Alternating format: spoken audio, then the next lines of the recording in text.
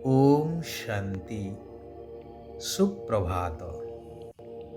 सर्वशक्तिवान भगवानंकर सर्वस्नेही भगवानंकर विश्व कल्याणर कार्यरे निजको सामिल करिथिबा समस्त श्रेष्ठ आत्मिक संतान मानंकु हृदयर कृतज्ञता शुभ अभिनंदन सुस्वागतम। आमे समस्ते कहुछे चाहुछे मध्य विश्व एक परिवार हेउ, तेबे खाली कहीदेले बा इच्छा कले जे ताहा सफल हेइजिव ताहा तो नुहे। सेथिपाई प्रयास दरकार।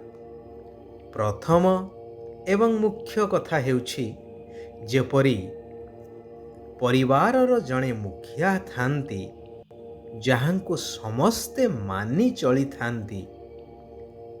एठारे सारा विश्वर मुखिया जनकु मानिले तो विश्व एक परिवार ही परिबो। तेबे सर्वशक्तिवान निराकार भगवान जी की विश्व रचयिता से ही तो मुख्य हेबा दरकार। परंतु भगवानंकर प्रकृत परिचय को आमे माने भूली जाई अनेकंकु भगवानंकर रूप बा अवतार कही सर्वव्यापी कहिबा द्वारा काहाकु मुख्य बोली मानिबा एवं विश्व एक कुटुंब किपरि बा होई परिबो। शास्त्र रे वर्णित अछि कि भगवान ब्रह्मांक द्वारा सृष्टि रचना करुछंती, अर्थात प्रजामानंकु सृष्टि करुछंती प्रजापिता ब्रह्मा। तेबे ब्रह्मांकर संतान हिसाब रे आमे समस्ते गोटिए परिवारर होई गले। भगवान कहुछंती जदि माता पितांकर कुटुंब रे आसीबाकु चाहुछ तेबे तांकु पूरा पूरा अनुकरण करिबा दरकार। तांको भली प्रत्येक कार्य मो श्रीमत आधार रे करि चाल। मधुर स्वभावयुक्त होई भल भावरे एही ईश्वरीय पाठ पढ़ा बा आत्मिक पाठ पढ़ा पढ़िबा दरकार। सूक्ष्म बुद्धि संपन्न होई सृष्टिर गुह्यरु गुह्य रहस्ययुक्त कथा को बुझिबा दरकार।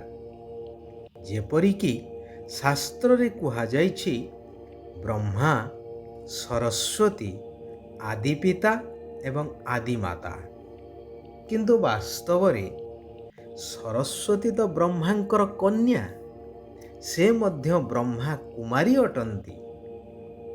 प्रकृत रे ब्रह्मा ही मनुष्य आत्मा मानंकर बड़ माँ अटंती। जेहेतु निराकार भगवान प्रजापिता ब्रह्मांक मुख द्वारा संगम जुगी ब्राह्मण मानंकु रचना करुछंती भविष्य दैवी दुनिया पाई। जेहेतु ब्रह्मा पुरुष तेणु जगदम्बा सरस्वती को मार आसन दिया जाइछि।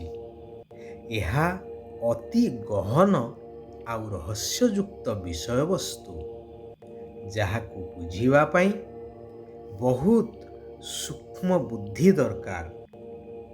मोटा बुद्धि संपन्न संतान एही रहस्य को बुझी पारिबे ही नहीं। पुनश्च शास्त्र रे देखई दिया जाइछि जे ब्रह्मा सूक्ष्म वतनवासी अटंती, परंतु प्रजापिता ब्रह्मा तो यही दुनियार अटंती। नचेत तांको मुख निसृत ज्ञान द्वारा ब्राह्मण सृष्टि किपरि हेई परिबे। जेतेबेले प्रजापिता ब्रह्मा संपूर्ण पवित्र होई शतप्रधान हेई जाउछंती, सेतेबेले एई स्थूल शरीर को छाड़ी अव्यक्त अर्थात ଫରିସ୍ତା ସୂକ୍ଷ୍ମ ଛାୟା ରୂପରେ ଦେଖାଯାଉଥାନ୍ତି। ସେତେବେଳେ ସୂକ୍ଷ୍ମବତନରେ ସମ୍ପୂର୍ଣ୍ଣ ବ୍ରହ୍ମା ରହିଥାନ୍ତି। ସୂକ୍ଷ୍ମରେ ନିଜର ସନ୍ତାନମାନଙ୍କୁ ଅର୍ଥାତ୍ ନିଜର ରଚିତ ବ୍ରାହ୍ମଣମାନଙ୍କୁ ପାଳନା ଦେବାର କାର୍ଯ୍ୟ କରିବା ପାଇଁ। ସେଠାରେ କୌଣସି କଥାବାର୍ତ୍ତା ବା କାର୍ଯ୍ୟ ନଥାଏ, କେବଳ ଇସାରାରେ ସବୁକିଛି ଚାଲିଥାଏ। ଏହା ମଧ୍ୟ ଅତ୍ୟନ୍ତ ଗୁହ୍ୟ ଏବଂ ରହସ୍ୟଯୁକ୍ତ କଥା, ଯାହା ବୁଝିବା ଭଳି କଥା ଅଟେ।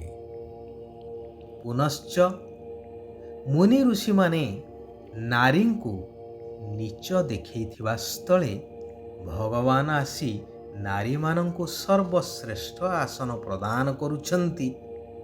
ଗାୟନ ମଧ୍ୟ ଅଛି ନା, ମାତା ଓ ମାତା ତୁ ହି ସବକି ଭାଗ୍ୟ ବିଧାତା। ଭଗବାନ କହୁଛନ୍ତି ନାରୀ ହେଉଛନ୍ତି ସ୍ୱର୍ଗର ଦ୍ୱାର, ଅର୍ଥାତ୍ ଏହି ମାତା ଆଉ କନ୍ୟାମାନଙ୍କ ଦ୍ୱାରା ସତ୍ୟଯୁଗୀ ସ୍ୱର୍ଗର ଗେଟ୍ ଖୋଲାଯିବ। ତାଙ୍କ ଦ୍ୱାରା ହିଁ ପରମାତ୍ମା ଏହି କଳିଯୁଗୀ ପତିତ ଦୁନିଆକୁ ସତୋପ୍ରଧାନ ସତ୍ୟଯୁଗୀ ସ୍ୱର୍ଗ ଦୁନିଆରେ ପରିବର୍ତ୍ତନ କରୁଛନ୍ତି। ତେବେ ମୁଖ୍ୟ କଥା ହେଉଛି ଏକ ନିରାକାର ପରମାତ୍ମା ଭଗବାନ ଶିବ ବାବାଙ୍କୁ ମନେ ପକାଇବା। ଶିବ ବାବା କହୁଛନ୍ତି ନିରନ୍ତର ଯୋଗଯୁକ୍ତ ସ୍ଥିତିରେ ରହିବା ପାଇଁ ହୃଦୟର ସ୍ନେହ ବା ଭଲ ପାଇବା ଏକମାତ୍ର ବାବାଙ୍କ ସହିତ ରଖିବା ଦରକାର। ବିକର୍ମାଜିତ ରାଜ୍ୟ ଅର୍ଥାତ୍ ସତ୍ୟ ଯୁଗରେ ଜନ୍ମ ନେବା ପାଇଁ ମୋହ ଜିତ ହେବାକୁ ପଡ଼ିବ। ସୁକର୍ମ କରିବାକୁ ହେବ। କୌଣସି ପ୍ରକାରର ବିକର୍ମ କରିବା ଅନୁଚିତ, କାରଣ ଜନ୍ମ ଜନ୍ମାନ୍ତରର ବିକର୍ମର ବୋଝ ବା ପାପର ବୋଝ ବର୍ତ୍ତମାନ ଆତ୍ମାରେ ଭର୍ତ୍ତି ହେଇ ରହିଛି। ନିଜର ସମସ୍ତ ପାପର ବୋଝକୁ ସମାପ୍ତ କରି ବାବାଙ୍କ ସମାନ ଏବଂ ସମ୍ପନ୍ନ ହେବା ପାଇଁ ନିଜର ସୂକ୍ଷ୍ମ ଚେକିଂ କରିବା ଦରକାର।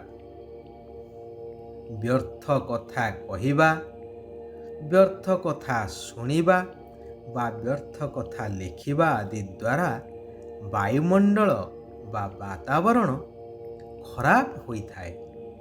ଏହା ମଧ୍ୟ ପାପର ଅଂଶ ଅଟେ। ଏହା ହିଁ ଉଡ଼ିବାର କଳାକୁ ସମାପ୍ତ କରିଦେଇଥାଏ, ଆହୁରି ନିମ୍ନଗାମୀ କରିଦେଇଥାଏ। ତେଣୁ ନିଜର ଚେକିଂ ଦ୍ୱାରା ଏଗୁଡ଼ିକୁ ସମାପ୍ତ କରିବା ନିହାତି ଆବଶ୍ୟକ। ବେହଦ୍ର ବୈରାଗ୍ୟ ବୃତ୍ତିକୁ ଜାଗ୍ରତ କରିବା ପାଇଁ ବାହାନାବାଜିକୁ ସମାପ୍ତ କରିବା ଦରକାର। ବାହାନା କଲେ ଭବିଷ୍ୟ ଦୈବୀ ଦୁନିଆରେ ପୂଜ୍ୟ ଦେବୀ ଦେବତା ହେବା ପରିବର୍ତ୍ତେ ତାଙ୍କର ବାହନ ହେବାକୁ ପଡ଼ିବ। ତେଣୁ ବେଳହୁଁ ସାବଧାନ ହେଇଯିବା ଦରକାର। କୁହାଯାଏ ନା, ସାଧୁ ସାବଧାନ। ଆଚ୍ଛା, ଆଜି ପାଇଁ ଆମେମାନେ ଏଇଠାରେ ବିରାମ ନେବା। ଆସନ୍ତାକାଲି ପୁନଶ୍ଚ ଆମେ ସମସ୍ତ ଆତ୍ମାମାନେ ଏକତ୍ରିତ ହେବା ସେହି କଲ୍ୟାଣକାରୀ ପରମ କାରୁଣିକ ପରମାତ୍ମା ନିରାକାର ଶିବ ପିତାଙ୍କର ଆଉ କିଛି କଲ୍ୟାଣକାରୀ ମହାବାକ୍ୟକୁ ଶୁଣିବା, ଜୀବନରେ ଧାରଣ କରିବା ଏବଂ ସାରା ବିଶ୍ୱ ପରିବର୍ତ୍ତନର କାର୍ଯ୍ୟରେ ନିଜକୁ ସାମିଲ କରିବା। ଭବିଷ୍ୟ ନୂଆ ଦୁନିଆ ପାଇଁ ନିଜର ଭାଗ୍ୟ ଗଢ଼ି ନେବା। ସାରା ବିଶ୍ୱର ଆତ୍ମାମାନଙ୍କର କଲ୍ୟାଣ ହେଉ। ସମସ୍ତେ ସୁଖ ଆଉ ଶାନ୍ତିର ଅନୁଭବ କରନ୍ତୁ। ଓମ୍ ଶାନ୍ତି, ଓମ୍ ଶାନ୍ତି, ଓମ୍ ଶାନ୍ତି।